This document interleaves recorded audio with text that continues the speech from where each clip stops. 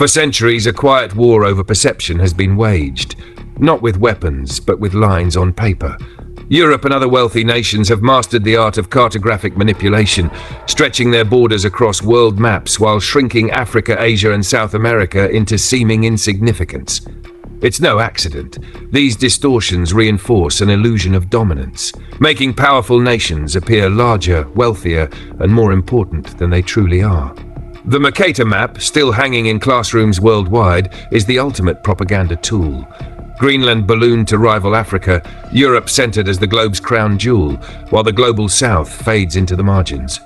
But this isn't just about geography, it's about power. By controlling how the world is seen, the elite rewrite reality, shaping everything from economic policies to tourist dollars, from foreign aid to national pride. Now, as activists and scholars rip apart these lies, the truth emerges.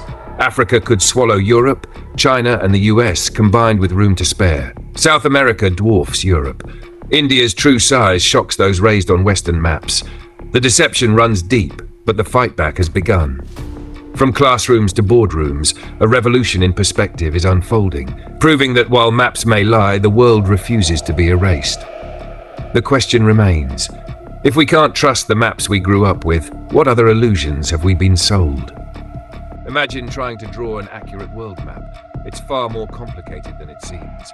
Our planet is a sphere, yet maps are flat, forcing cartographers to distort reality. The ideal method would involve peeling the Earth's surface like an orange, flattening it and tracing the outlines. But of course, that's impossible.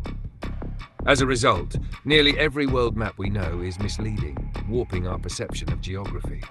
For instance, many of us grew up believing Greenland rivals Africa in size, but in truth, Africa is 14 times larger.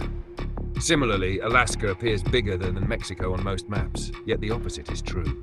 These distortions are no accident. They shrink regions of the global south while inflating historically dominant nations, reinforcing subconscious biases about power and importance. The most widely recognized world map, the Mercator projection, is a prime culprit. Created in 1569 by a Flemish cartographer, it remains the default in classrooms, atlases, and even digital platforms like Google Maps, despite its glaring inaccuracies. On this map, Europe appears larger than South America, though it's actually half the size. Greenland stretches to the dimensions of Africa, and Alaska dwarfs Mexico. Yet the Mercator projection persists, unmatched in popularity for over 4 centuries. But is it the only way to depict the world? The answer, as this report reveals, lies in understanding the hidden politics and compromises behind every map we trust. In the early 20th century, cartographers attempted to devise alternative world maps, yet each came with its own flaws. By the 2000s, advancements in technology and deeper geographical knowledge promised more accurate representations. With maps no longer restricted to Western elites, their creation became more scientific, yet little truly changed. Cartographers still face countless decisions, some technical, some shaped by assumptions, but most dictated by centuries-old conventions. This reliance on tradition remains a major problem. The maps that gained global prominence were born in the West, their dominance intertwined with colonialism. The Mercator projection, for instance, rose to fame by aiding navigation, its straight lines perfect for plotting sea routes. But its distortions came at a cost, shrinking the global south while exaggerating the size of wealthy, powerful nations. Over time, this warped perspective seeped into collective consciousness, reinforcing biases with real-world consequences.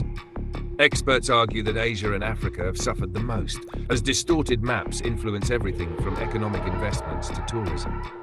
A map, after all, doesn't just show the world, it shapes how we perceive it. The search for a perfect map has sparked endless debate. Can the spherical Earth ever be accurately flattened? Most experts say no. Any projection requires trade-offs, stretching distances, warping shapes, or misrepresenting areas. Yet in recent years, activists and cartographers have pushed for fairer alternatives. One promising solution is the equal Earth projection. While not flawless, it dramatically reduces distortions, offering a more balanced view. Already, NASA and the World Bank have adopted it, and African advocates are urging schools and global institutions to follow. Progress is slow, but it's a start. In a world where size often equates to power, rethinking maps isn't just about geography, it's about justice.